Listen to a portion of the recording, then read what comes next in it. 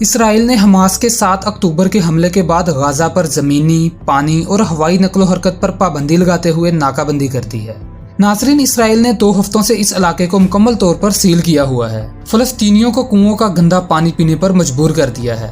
غزہ میں موجود 24 لاکھ فلسطینیوں کے 2 جانب اسرائیل کا ملک، 3rd سائیڈ پر میڈیٹرینین سی اور چوتھی جانب مصر اور غزہ کے درمیان رفح بارڈر کراسنگ ہے۔ غزہ سے باہر نکلنے کا صرف ایک ہی راستہ ہے، رفح بارڈر کراسنگ، جو کہ مصر نے بند کر رکھا ہے۔ ناظرین، پاکستان کے شہر لاہور سے لگ بھگ 5 گنا اس چھوٹے سے ایریا میں 24 لاکھ لوگ قیدیوں کی طرح دن کاٹ رہے ہیں۔ غزہ میں بہت سے لوگ جو دن میں ایک وقت کا کھانا کھاتے ہیں اور پینے کے لیے پانی کے بغیر امداد کا شدت سے انتظار کر رہے ہیں۔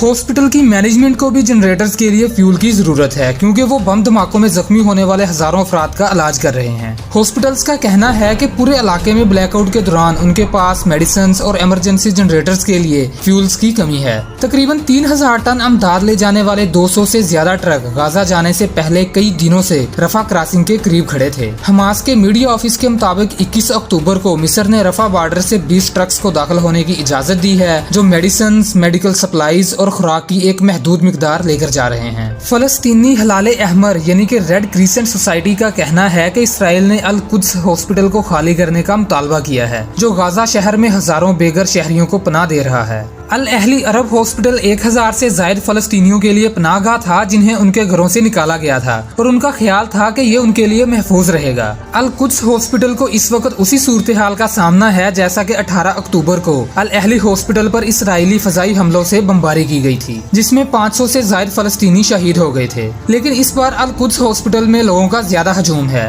آس پاس کے علاقوں اور تہ خانے کے اندر بھی ہزاروں فلسطینی موجود ہیں۔ یہ بے گھر فلسطینیوں کے لیے ایک پناہ گاہ میں تبدیل ہو گیا ہے۔ اسرائیل کی جانب سے القدس ہاسپٹل کو خالی کرنے کے احکامات موصول ہونے کے بعد انتظامیہ، طبی کارکنوں، یہاں تک کہ وہاں کے مریضوں نے بھی ہاسپٹل خالی کرنے سے اس لیے انکار کر دیا کہ اسرائیلیوں کے ہاتھوں زخمی ہونے والی پریگننٹ وومن، بوڑھوں اور چھوٹے بچوں کے ساتھ ہزاروں کی تعداد میں ہاسپٹل کو خالی کرنا مشکل ہی نہیں بلکہ ناممکن ہے۔ اگر لوگوں کو اس ہاسپٹل سے نکالا جائے تو ان کے پاس جانے کے لیے کوئی جگہ نہیں ہے۔ غزہ شہر میں ہر جگہ اسرائیلی طیاروں کی بمباری جاری ہے۔ حماس نے 20 اکتوبر کو اپنی قید میں سے 2 امریکی شہریوں کو رہا کیا ہے۔ اگر حماس ہوسٹیجز کو رہا کر کے فضائی حملوں کا خاتمہ چاہتی ہے تو یہ چیز حماس کے لیے افسوسناک طور پر مایوس کن ثابت ہو سکتی ہے۔ اسرائیلی فوج کی طرف سے ایک انتہائی قابل مذمت بیان آیا ہے کہ حماس نے خود کو دنیا کے سامنے پیش کیا ہے کہ وہ انسانی بنیادوں پر خواتین کو آزاد کر رہی ہے، جبکہ حقیقت میں حماس ایک قاتل دہشت گرد تنظیم ہے جو کہ اس وقت غزہ کی پٹی میں بچوں، عورتوں اور بوڑھوں کو قید کر رہی ہے۔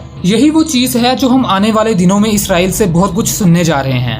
ناظرین، حماس نے امریکن ہوسٹیجز کو رہا کیا ہے کیونکہ وہ امریکن صدر جو بائیڈن کو یہ پیغام دینا چاہتے تھے کہ وہ جانور نہیں ہیں، وہ ٹیررسٹ نہیں ہیں جن کا وہ عوامی طور پر داعش سے موازنہ کرتے ہیں۔ یہی وہ چیز ہے جس کے خلاف حماس اب دوبارہ لڑنے کی کوشش کر رہی ہے۔ ناظرین، اب تک اسرائیل صرف ایئر سٹرائکس کر رہا تھا، لیکن اسرائیلی فوجی کمانڈروں نے کہا ہے کہ وہ اب اپنی مرضی کے مطابق غزہ میں جانے کے لیے یعنی کہ گراؤنڈ انویژن کے لیے تیار ہیں۔ لیکن امریکن صدر جو بائیڈن کا کہنا ہے کہ اسرائیل ابھی گراؤنڈ انویژن کو ڈیلے کرے گا کیونکہ 10 امریکنز ابھی بھی لاپتہ ہیں، جبکہ وائٹ ہاؤس نے اس سٹیٹمنٹ کو واپس لے لیا ہے کہ صدر جو بائیڈن سے کوسچن سننے میں غلطی ہوئی تو ایسا بیان اس لیے انہوں نے دیا۔ اسرائیل ان 15 دنوں میں 10,000 فلسطینیوں کو اریسٹ کر چکا ہے۔ بہت سے قیدیوں کے اعضاء، ہاتھ اور ٹانگیں ٹوٹی ہوئی ہیں۔ توہین آمیز کلمات، گالیاں، ملامت اور انہیں ہتھ کڑیاں لگا کر کمر سے باندھنا، برہنہ کرنا اور آخر میں انہیں سخت تکلیف دینا اسرائیلی ایئر فورسز کی طرف سے جاری ہے۔